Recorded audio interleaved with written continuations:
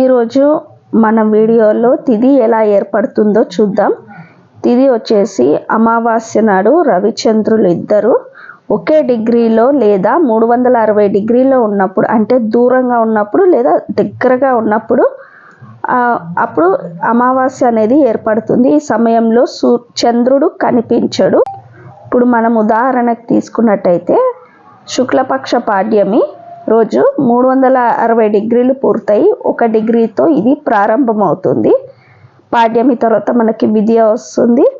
విద్యలో రవిచంద్రుల మధ్య దూరం ఇప్పుడు ఇక్కడ 1 డిగ్రీతో ప్రారంభమై 12 డిగ్రీలు కాగానే ఇక మళ్ళీ పాడ్యమి పూర్తయిపోయి విద్య మొదలవుతుంది అన్నమాట. అలాగే 24 డిగ్రీల వరకు విద్య మొదలవుతుంది.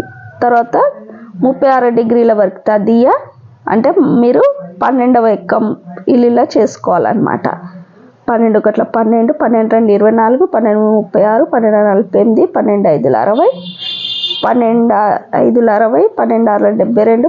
12 6 72, 12 7 84, 12 96, 108, 120, 132 ఇలా మొత్తం పాడ్యమి నుండి పూర్ణిమ వరకు, అంటే అమావాస్య స్టార్టింగ్లో మనకు అమావాస్య ఏర్పడింది కదండి, అక్కడ నుండి పూర్ణిమ వరకు ఉంటుందన్నమాట. ఓకేనా? ఇదండి తిథి మనం వేసుకునే విధానం, క్యాల్కులేట్ చేసే విధానం. ఓకేనా? ఇది వీడియో మీకు నచ్చినట్లయితే నా ఛానల్ని లైక్, షేర్ అండ్ సబ్స్క్రైబ్ చేయండి. ఓకేనా? ధన్యవాదాలు.